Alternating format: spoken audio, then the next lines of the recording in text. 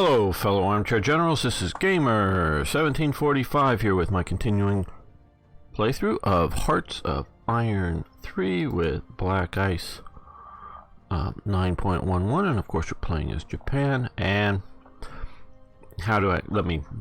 this is a short digression, don't worry. Oh, if you haven't already, please subscribe to the channel, and of course while I'm telling the story, please go and hit that like button. It would be really appreciated. I try to some degree to tie in the event image, or well, not the event image, I'm thinking of the events that I also do. It's where I learned my sort of trade, but the thumbnail image for the video to sort of what's going on in the video, so if you're playing a Japanese game, it has a Japanese theme, as opposed to doing an American thumbnail or something, unless there may be some reason. If I'm talking a lot about America or something, tie it into the actual episode. Well, didn't seem to do so good, and I don't know why, but I used a image from a Japanese anime movie of the story of the biography or whatever, not really biography, but the anime telling the story of the life story of the main designer of the Zero, and it gets where Japan is not getting the views that Germany does. We're about half of what we did before, and I sort of kind of knew it. There's a few people who were really excited for this series. I'm really excited for it. But just things don't do as well as Germany. But if we just play Germany over and over and over, the people are going to get tired of that too.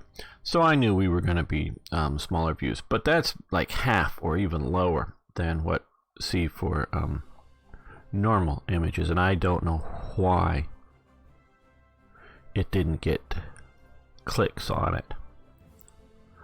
Whether people saw that in their feed and didn't look to the point of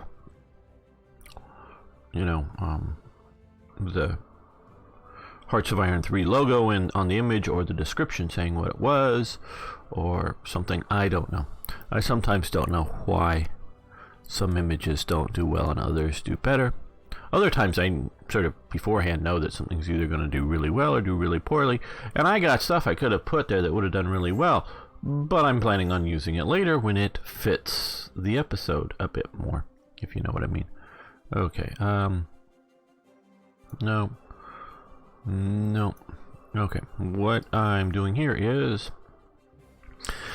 while we have the chance, and it's pretty cheap now, and I don't know whether it's actually cheaper than the ICs of building it versus making some money and then buying steel and coal, which is a good way to go.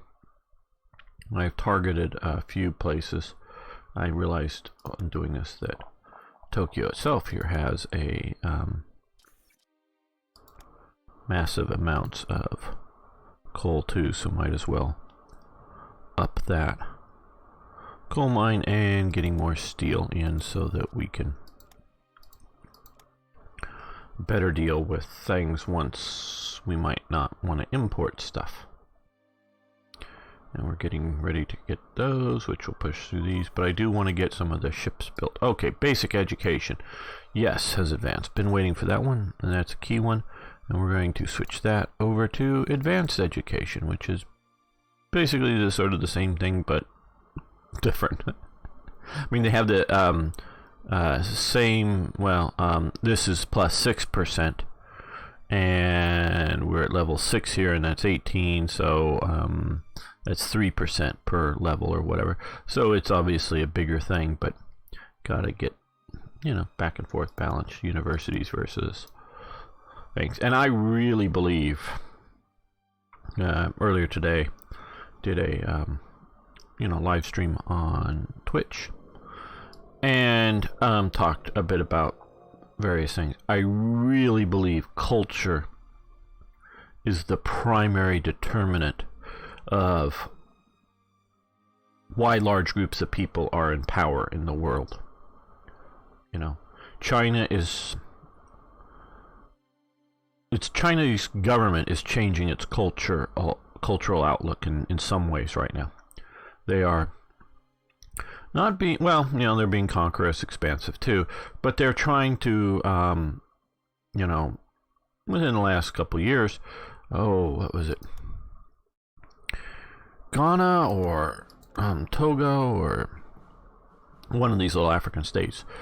They gave them, or maybe guaranteed loan, but I think it was an actual outright gave, a former landing craft that had been converted to, I think it was a former landing craft, and it's fairly newish. It wasn't some, falling apart 1970 something, but it was a fairly newish. I think it was converted landing craft type ship for coastal protection and pirate interdiction and whatever. And one of the reasons you would use something like that is because it has a shallow draft, just to sort of be, a Coast Guard kind of thing, to then use smaller boats to like go, chase pirates and inspect ships for, smuggling or whatever it might be. And so China is now starting to do practical reach out. Because if they've got a few of these vessels in their stock and they could give one of those away, that's so much better than just handing over piles of cash to a country like that just then goes into somebody's pocket. And so it's really trying to look outward. But culture is a massive determinant, I believe, the primary determinant of why certain groups come up and go down. And we were discussing this in chat, and I think that's very important. And a major element of culture is your knowledge base, your education. What was that? Was cavalry exploitation? Yes. Okay, that was this one, which we're going to let continue to go. Japanese were horse riders, but again, that was another one of those sort of elites have horses, nobody else has horses. And to an extent, not as in an absolute, but to an extent, that holds true for the, even in a work animals. A lot of, very few farm peoples would have horses, in my understanding. That was industry, right? And 36, right? Industry. So we're going to keep that going. Cuts down our manpower, but obviously that is really helpful, which will increase our IC's effectiveness, which will mean we'll need more steel and more coal. Rare materials, how much rare? Okay,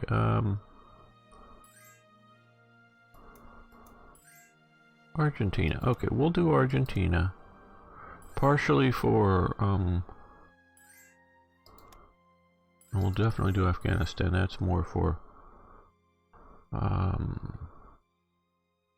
influence. A lot of these European places, they're just so far away. And once things go, okay, yeah, Ecuador, that's just across the Pacific. That is far, but still, okay. Not as far. Grand battle plan. Okay. What was it that we just hit? I know I wanted to do education as, and we're going to keep industry, that's important as well, but something had recently just been unlocked via one of these, I think. So we'll stop that. It was something I thought was important. Yeah, we should do immediately, and I did keep the industry because that is important, and already going in education earlier is always better with something like that. And I know I say that and I'm not doing as much industry as I normally do, but that's competing with getting ready for war with China. What was it? I thought it was a basic sort of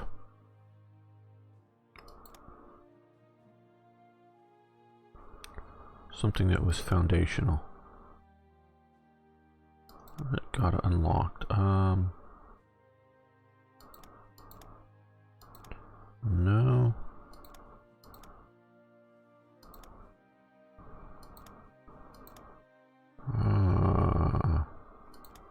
Maybe we're going to go back to that because that is a good one, but thought there was something that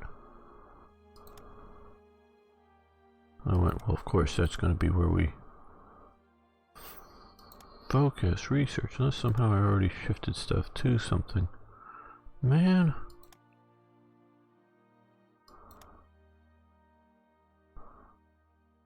Night combat training, that's something that Japan should have a bonus on. Alright, we're doing events for Japan. I so would love to merge Hearts of Iron 3 and Hearts of Iron 4. The combination would be, and in a ways we can do that, but it would be so awesome. Yeah, I know this is boring watching me click through these things for the second or third time through them, but there was just something that was like education or something, I thought, for industry or something that had just been opened up.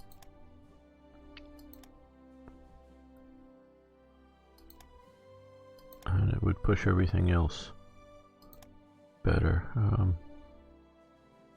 Well, I guess not, or I'm not finding it, or... Oh, okay, it was maybe attritional warfare. Oh, it's attritional warfare and artillery barrages. Okay, that's it. Okay, that is it. Oh man, I was just looking at... I just wasn't looking on this page, really. Okay, artillery barrages, attritional warfare. We're going to do this. We want to do more attack and defense. That is... here. Okay, that's still going to be good for a while, because we're almost through 36, and then we're going to be heading, I'm not sure whether 37 or 38 we're going to go to war with China.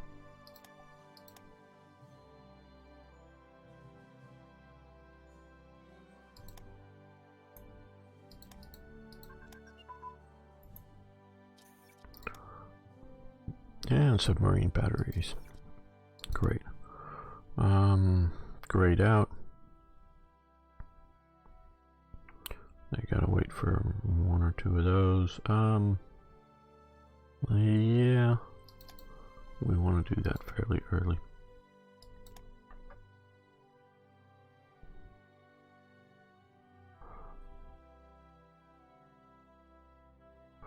Now, I don't know, some of them, and somebody pointed it out to me on Hearts of Iron 4, that I had some fleets set to not engage, so they weren't engaging when some of the battles were, and I think the Americans, because of that, had a bit of a, yeah, okay, advantage in some battles, so I lost a bunch of destroyers that I think was my fault, but we will see about that. I really well, I know Hearts of Iron 3 obviously better than 4, though of course I'm not a naval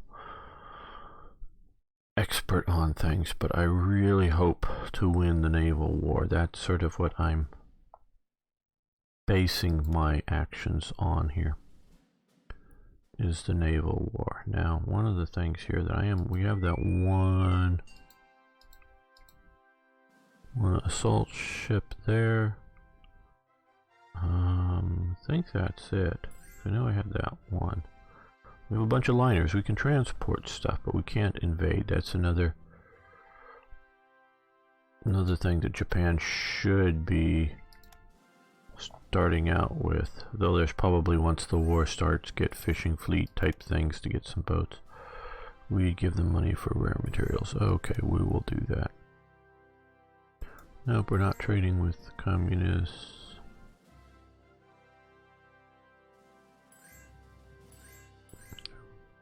Okay. Cuba, no. Uruguay, no. El Salvador. Okay, we can afford the transports, I think, for now.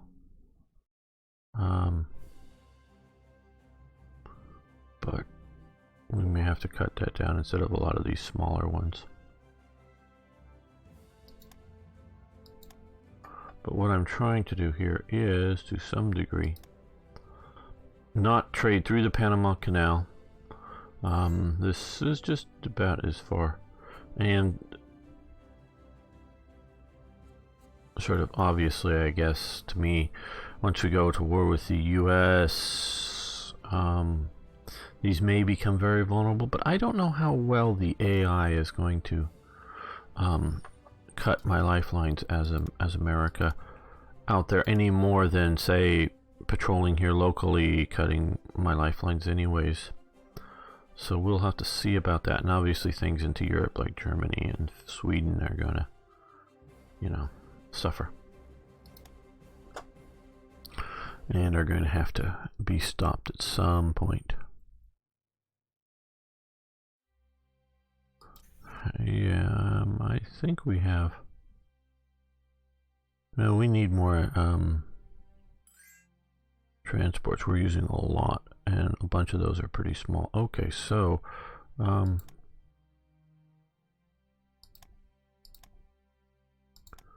and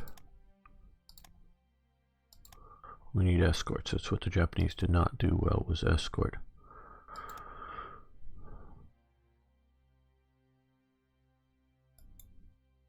Thought we had more transports. Okay, submarine periscopes has advanced. Very good. That's grayed out. Fire control, which we recently got, 37. Or sonar detection. So yeah, let's do.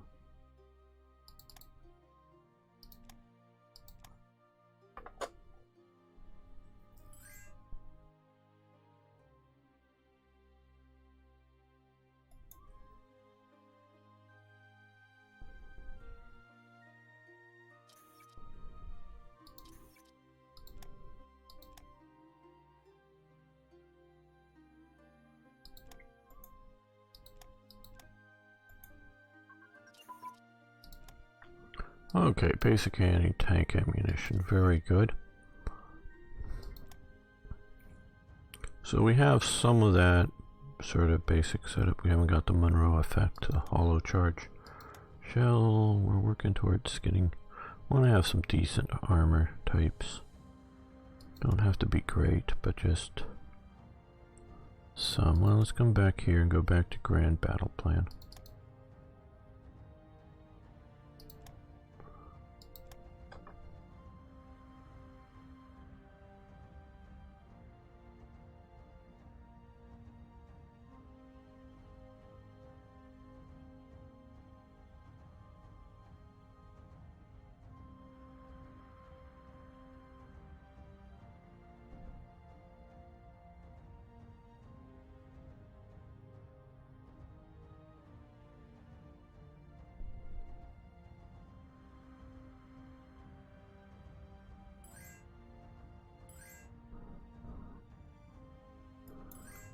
No, I think we're going to have to do either fewer, larger, or closer trades in Asia where we may not have to do shipping.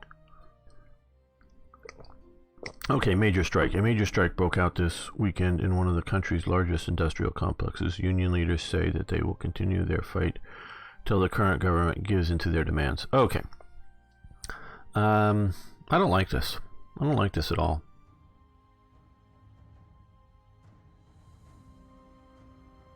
Nothing I can, I guess, unless I'm going to go in and try to edit the damn thing. Nothing I can do about this because I don't know if you can tell. This isn't having to do with Japan. This is some random thingy. Because I'm trying to think, was there ever really much of a strike in Japan? And I can't imagine. I don't know that there was, and there was social turmoil and chaos, so you could go there. But I really just don't like these randomized things. I want them to be history based, you know. Talk about a real strike or a real earthquake or a real something, and then I'm all good with it. Okay, well, we have 50% chance of lose one national unity national revolt risk and daily dissent, or find and arrest the strike leaders, national revolt risk, daily dissent. Hardly anything to worry about.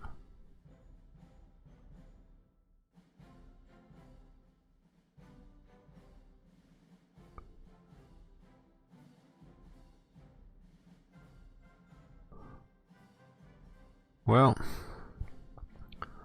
50% chance. So there's a chance that nothing's going to happen. And only the greater effect if something does is lose national unity by 1%. So we're going to try that. And we lost 2% or so it looks like. And we jumped up there a bit.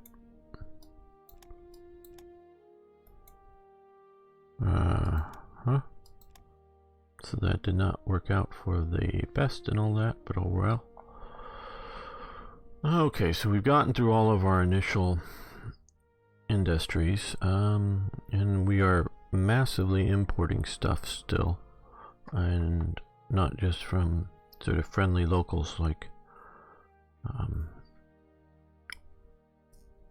Manchukuo or whatever. So we definitely need to get through this before we start and get more transports, before we really start increasing our ICs even more. I really do believe we're going to, unless there's events that cut thing, there's a bunch of ICs to be had here. I'm not saying there's like, you know, the Ruhr and we're gonna, you know, take it over and have no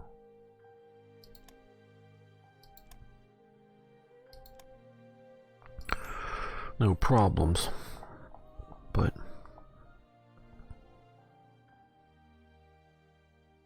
we really have to wonder, is there oil up here actually, or is this just some sort of effect to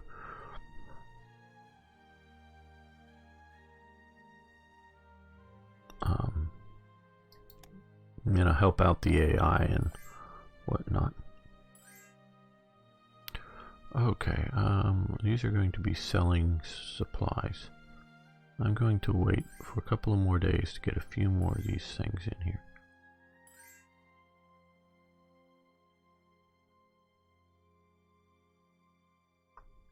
Okay, that's good. So, will you give them money for energy? No, we don't want to do that. I thought this were going to be some supplies. Yes, okay. That supplies we want to do. Yes, that probably won't last very long. That may last. We want to do that. We want to do that. And yeah, that probably won't last, but great. Get back into the cache. And Australia, yes. Like I said, I saw a thing about Japan selling Datsuns to Australia. Or trying to, at least. I'm sure they sold a few. I don't know whether it was a popular this is pre-war, whether it was a popular thing or not.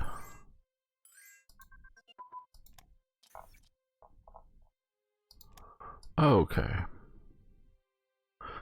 Just makes me, I was wondering, pre-war people buying Datsuns and then going to war with Japan with their vehicles and not be able to, I wondered how well they continue to last because they couldn't get spare parts. And I know people have different impressions, but when I was growing up, Japanese cars had the impressions of being very unreliable and American cars had the impression of being very reliable. Then of course that eventually changes, in which the Japanese cars were very reliable and the American cars sucked, but not nearly as bad as British cars sucked for reliability, especially under the socialist governments in Britain. They really sucked badly. But so I wonder how reliable they were in the first place, being sold to Australia. And it made me remember a British pilot who sort of somewhat elite class in Britain had somehow, I forget in the story they had said, he got to know, I'm pretty sure it was Udet, you know, German fighter ace and other things, and he was in Germany when the war breaks out. And he's picked up by the police because, hey, he's a British person in Germany, driving around Germany. And, they break out with a war with Britain. Well, he gets arrested, of course, and confiscated. And so he's, held for a while. And partially, I think, because, and I forget the details of the story, but that's sort of unimportant, but partially because of his connection to Udet, he gets released. So they take him to the Swiss border, right, to the border station. After, they've taken everything that he possesses. I don't know if they gave him his passport back, but but including they took all of his money, whether it was Reichsmarks or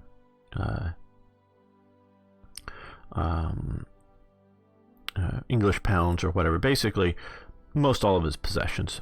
Basically, the only thing he gave back was his car, and it was some sort of small, sporty English thing. Don't know. Maybe an Austin, but I don't know.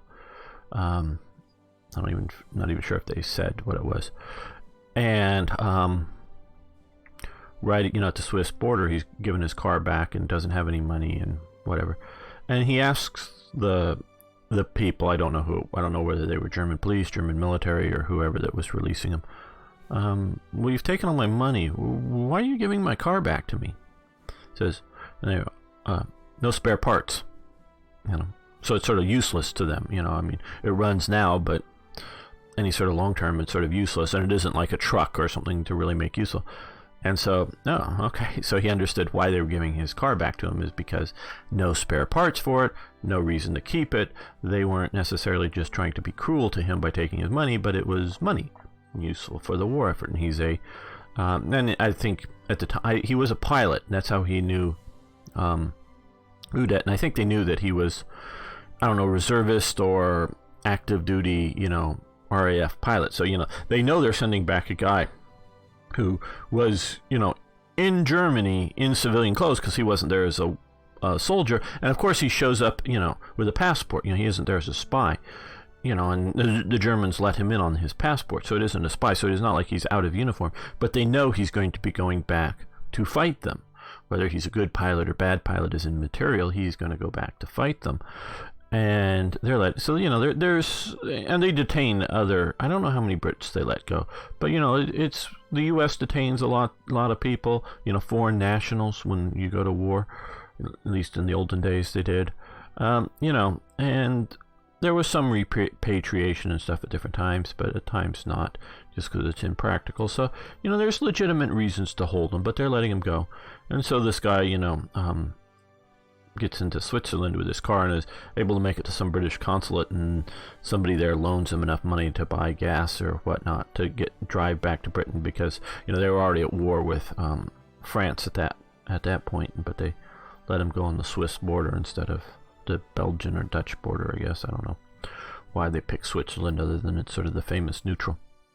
And so he eventually drives back to Britain and gets his car back there and gets into the RAF and whatnot, but just sort of as no spare parts. And that's sort of what made me think of, what if you had a bunch of Datsuns and then you go to war with Japan, no spare parts.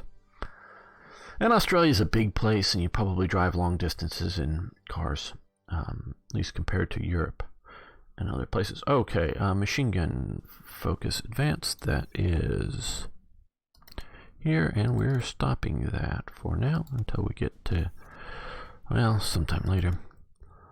There will likely be a time that I'll start doing stuff a year ahead once we're a bit more into it. Night training. Okay, that'll be great. We'll do that.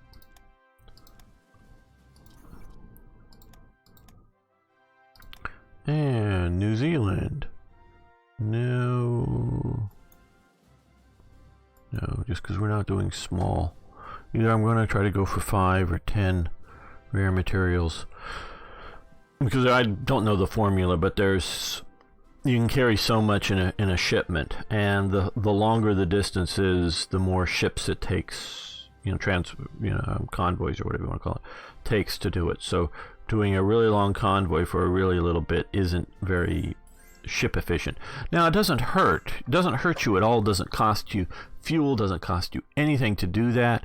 So, having some of these longer ones for maybe tiny amounts. Some of these are bigger amounts, but like 4 to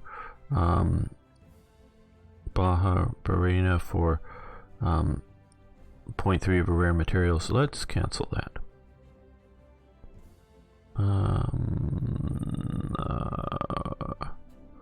Baja Barena. What is? Let's see if we can figure that one out. I don't know where that is right offhand. Okay, I'm guessing that may be...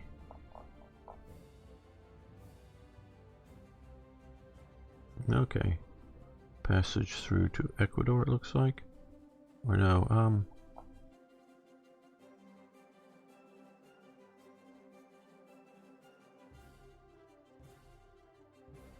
yeah, okay, to Brazil. Well... No, that's a different place.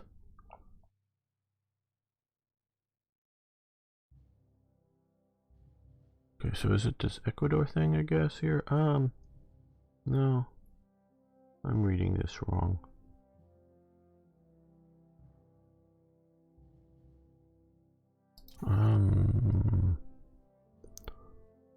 Bahia Blanca.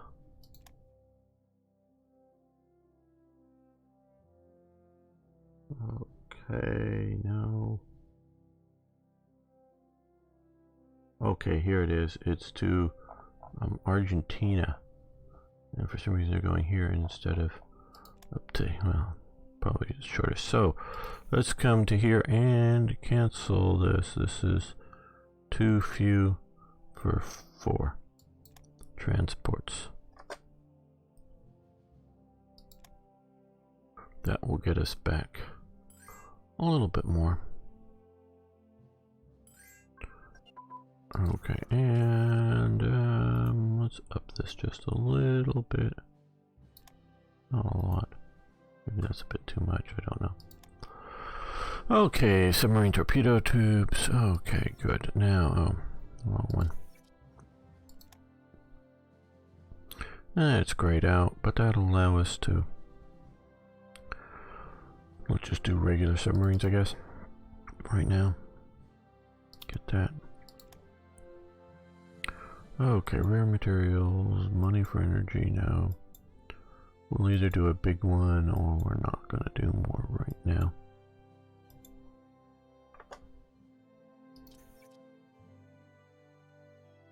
We still just have 35.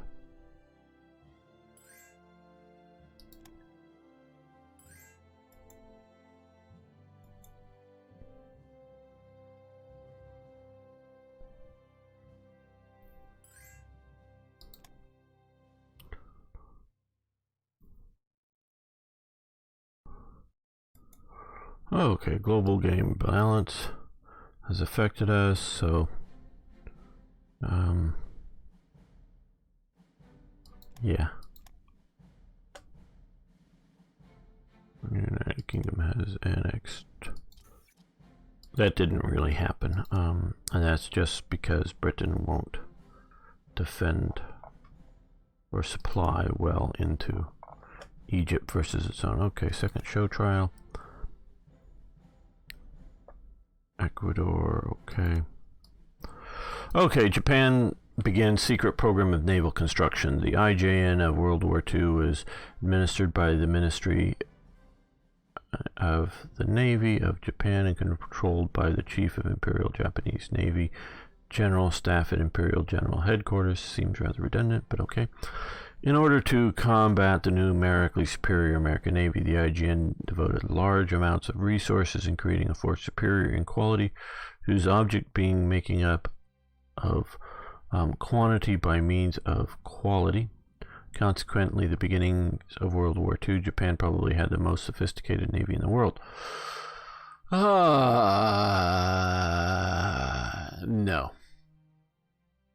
I said probably, but no. Britain was a more sophisticated navy. And how do you call sophistication? Technologically of the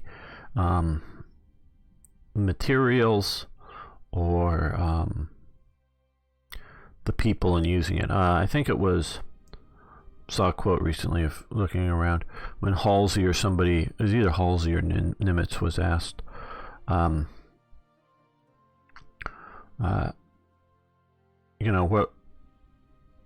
what was the thing, or what thing helped win World War II or defeat Japan most, or win World War II. I forget which it was, but it was dealing with the Pacific or something. And like what pieces of equipment or something like that. And and he's definitely looking at, in his mind, what really sort of wins wars is people, both the people out there doing the things as well as the thinkers. And he's right about that. But Japan could have all the greatest thinkers in the world, but if it doesn't have good fighters, if it doesn't have good ships, men out in rowboats, men, flying gliders aren't going to win you the war, no matter how brilliant they are.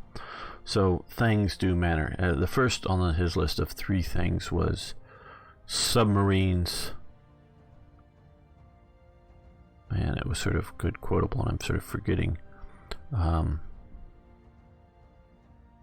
what the second 2 were, sorry. But yeah, so how do you look at the Navy? It's sophistication of its equipment or its people and thought. The Japanese Navy was very, very rigid. It was not a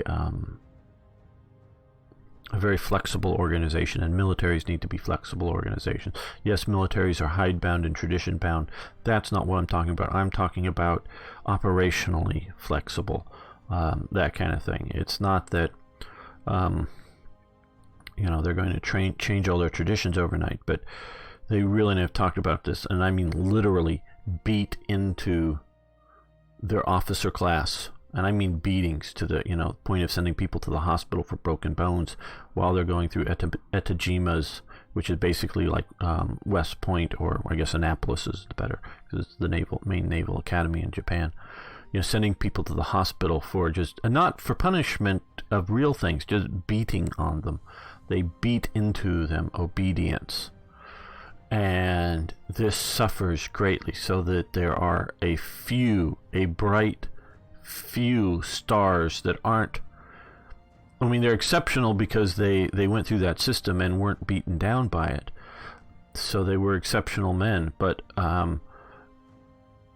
they were just sort of maybe coming up to the sort of the mediocre standards in many ways of the American officers. And I'm not talking, and as I'm saying this, I'm thinking, not necessarily mediocre standards of the skills of like what skilled ship captain you are. I'm not talking about that, because these guys were pretty excellent at doing that. I'm talking about mediocre standards of conceptually thinking on your not just like in an emergency, but just thinking of ways, problem solving and figuring stuff out. They were just, these are the orders, it's going to put us into the, follow exactly on path, course, whatever. There's, landmass in front of us. Yeah, but this is your orders, and you're going to follow your orders.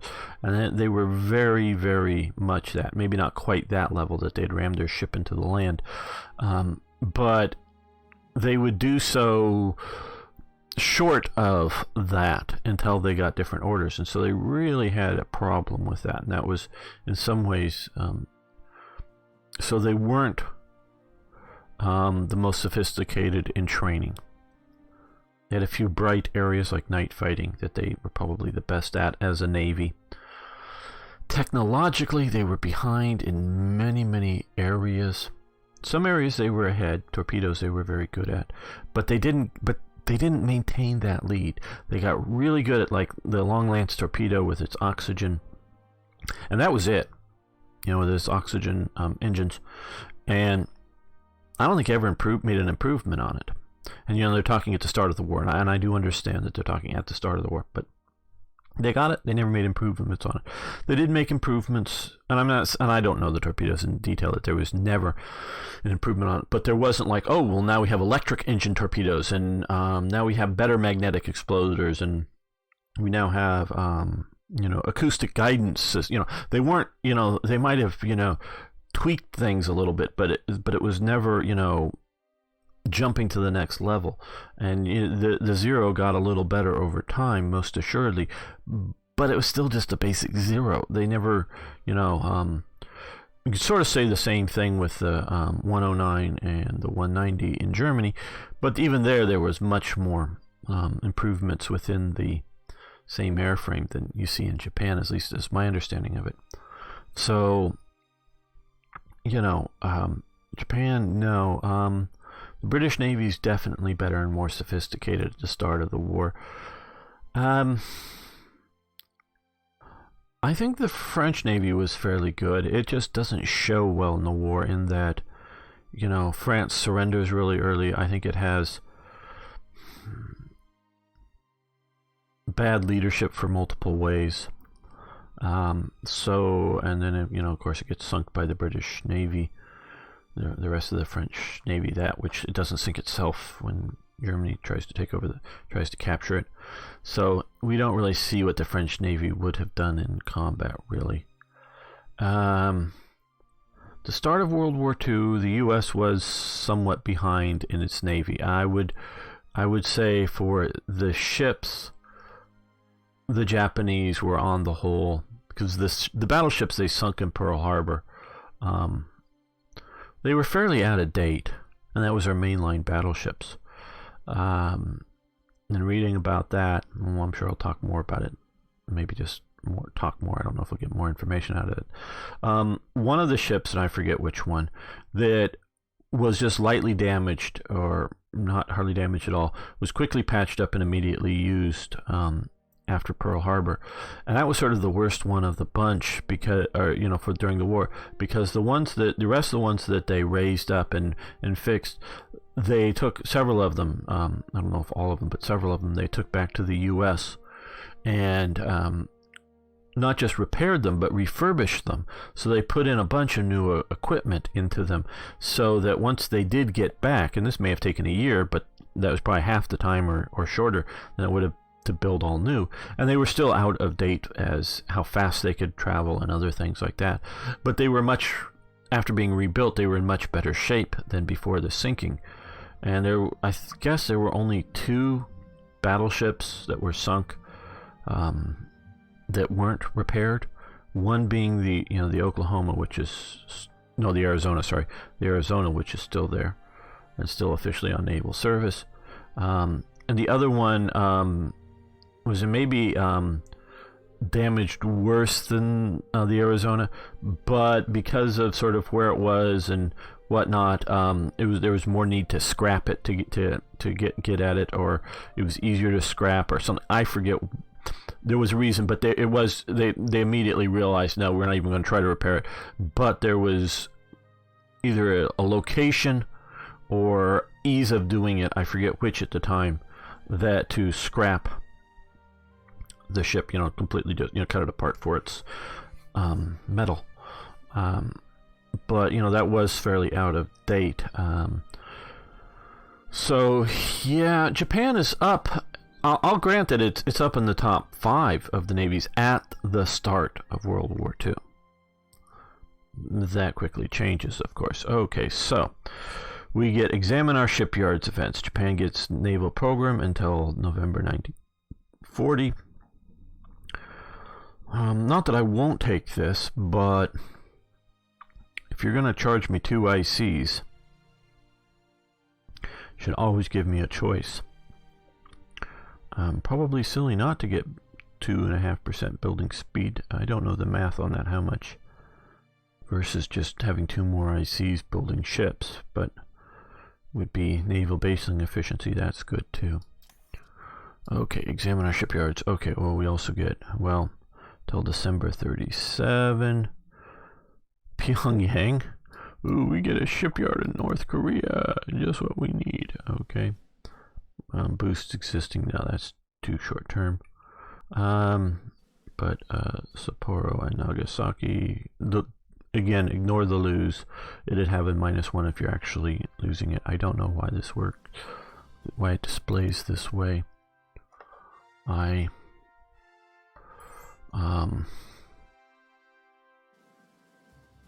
think we can do that without shipping, so we'll grab that. I don't know how to fix or control that. Okay, we have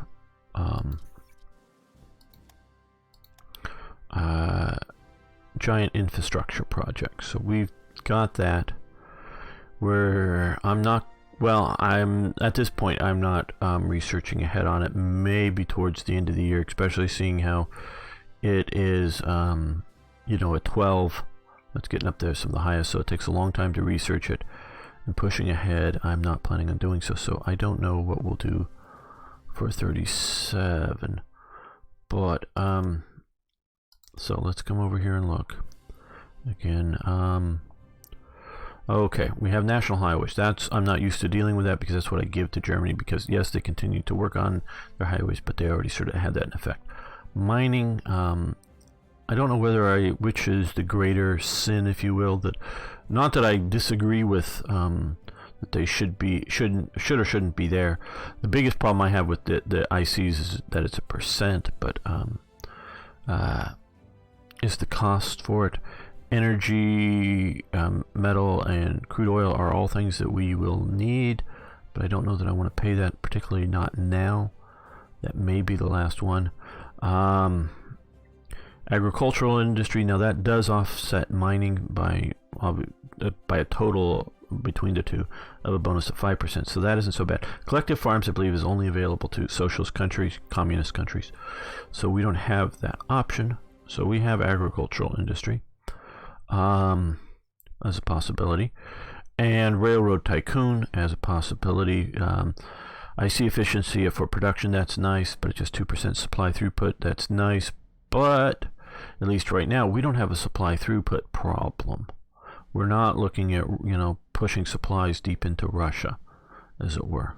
I mean, we theoretically could invade Russia and have a horrendous problem with that, but don't know how big a problem it's going to be. It's going to be interesting with because obviously at some point there will be a main sort of supply port that the AI will pick and go, oh, this is your supply port, close this. Where is it here? Should have well, it has to be one of these. Maybe it's covered up by, but one of these should have a supply barrels symbol on them that is considered your main supply port. I forget which one, but well, I just can't see. Don't know if I ever knew, but that'll be the main port, whatever one it picks. But since it has to move everything via ship, unlike here in Russia, where they keeps wanting to overland send supplies when it really should, send supplies to Seton and then to Leningrad and then locally. I think most of the supplies that get sent sort of get eaten up here, and it doesn't think beyond sort of supplying somewhat locally. Not that, it has an abundance of supplies here, and we need supplies here. Not that it doesn't send any. I think it sends some, but it's not in its calculation. At least that's my understanding of how this works. But this will be different because one port at some point will not be able to, handle all the supply needs. So it'll have to go to other ports, and it will have to send everything overseas. So I don't know how the AI, whether it's going to want to send supplies into here and then walk them all the way down to here or all the way down to here, or if you need supplies down to here, they just goes by sea and goes locally, So I don't know. I mean, it may be worse than I think, and like I say, I've never played as Japan before.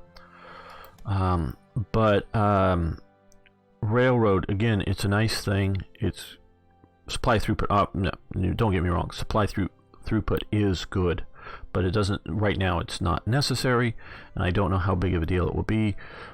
Again, this is just less, well, railroads were more effective than highways, but and so yeah. So agricultural industry is what we're going to do now for its manpower bonus now, so that we build up a larger and larger stock of manpower for later use. So what we need to do to get that to trigger, we need to come over here and do maybe just mess this up a bit.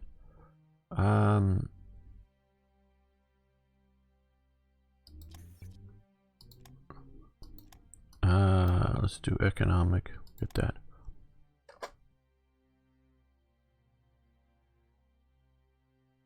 I actually want not pick the recruiting thing. Yes, I want it. I don't know with this, but I was having problems before with selecting the thing before we had this happen. So that did cause a couple of revolts, which I don't like. But now we want to select that to make sure that that is removed. And yes, we're going to go balanced. I just always do that. I guess I got to be in the Soviet Union and see that as a real sort of problem. Manpower and wanting a mass amount of units for me to go mass.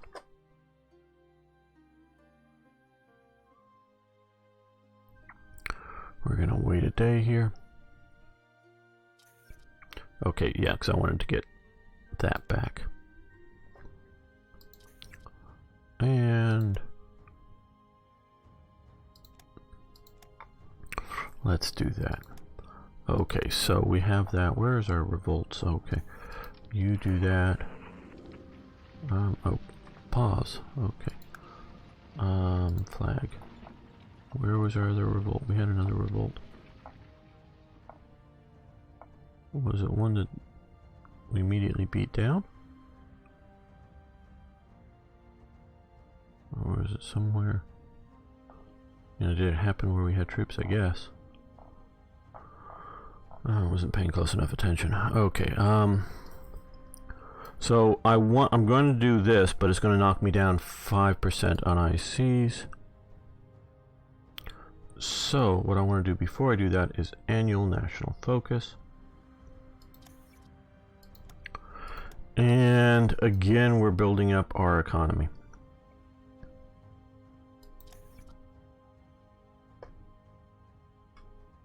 And I'm going to wait. Well, maybe already too late for this. Okay.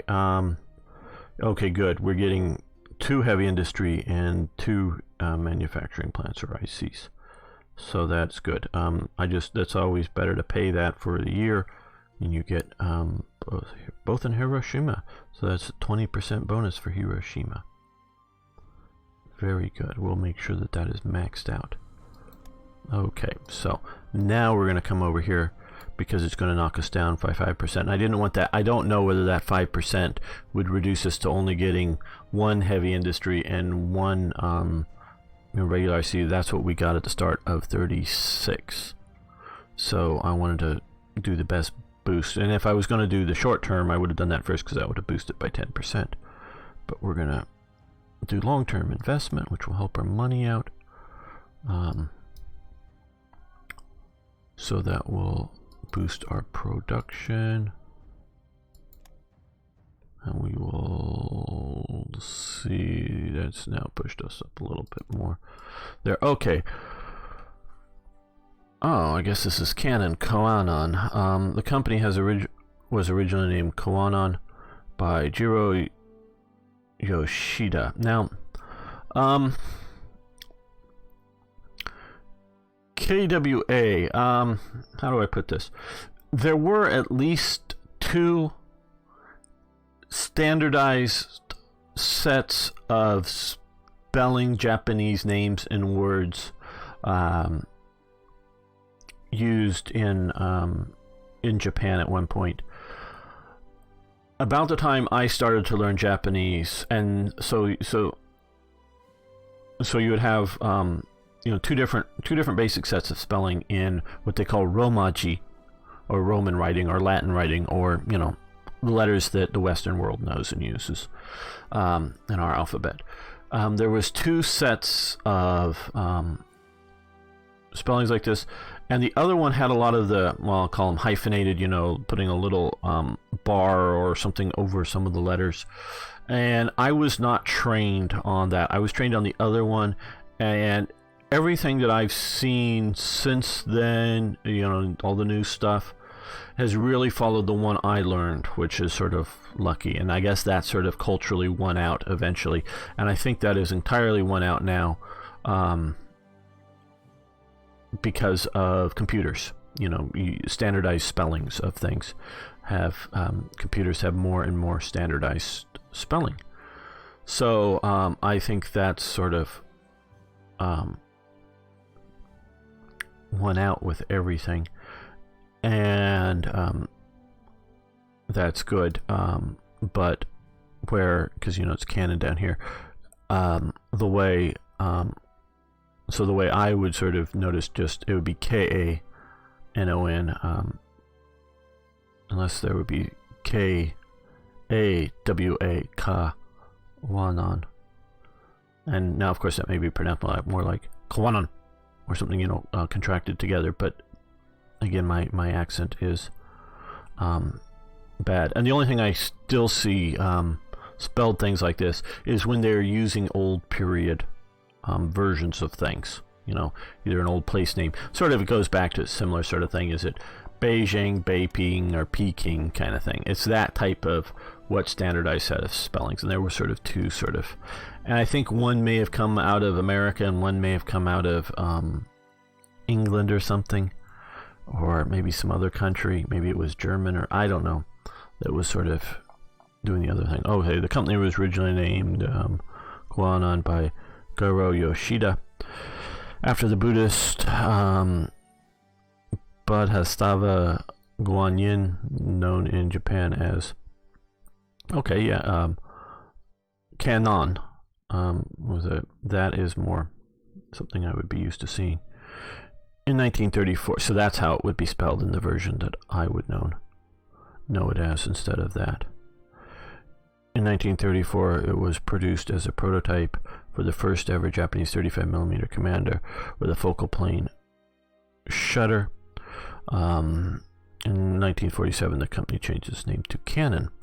Okay, focal plane shutter, good. Still isn't a reflex lens, meaning you're still looking through this and or this up here, and not through the main lens.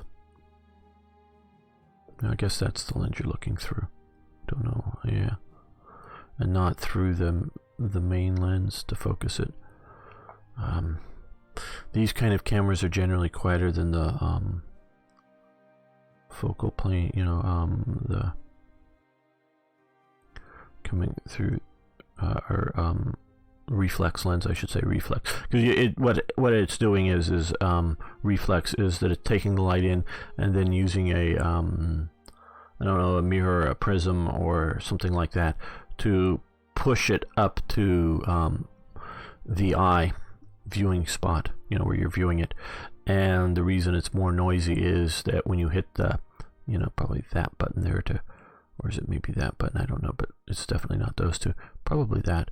But when you're hitting the, pressing the button to take the photograph, it has to first go katunk to drop that out of the way, and then the shutters, the focal plane shutters, go through. And sort of the way, if I'm not mistaken, again, it's been many years, is that it's, instead of like fully opening and fully closing, it sort of travels across it, so that it's really fast, but it's really, really quick. Just briefly exposing the piece of film, so it's really fast. So it gets rid of motion blur as much as practical, kind of thing, if I'm not mistaken with that. So good work. So we get electronic manufacturing engineering plus 365 and capital ship fire control system gain. So I want to look at both of those before we click this. Okay. capital ships. Fire control. Okay, so we were at 3-6, and the other one was electrical. Electrical and mechanical engineering gain, which is, I guess, more just for here. So it'll be just a gain into that. Because, like I say, I don't pay attention to these, but these all affect least research and maybe some building and some things, but I know research, so yes. Oh, what was that? 11.2. So let's trigger that. And, well, we're still, I guess, at 11.2. Don't know if that's going to help that out yet. And our capital ships, yep, we went from 3 to 4. So that's very good. And I think at that note, we're going to end the episode here. I want to thank you so much for watching. Thank you for liking the videos. If you haven't no, I actually want to hit save, yes. If you haven't already, please subscribe to the channel. And of course, I love hearing from you. So please post questions, comments, suggestions, corrections, even on how cameras work. You stay there. You're going to probably move faster, so you get in there and occupy that. See you next time for more Hearts of Iron.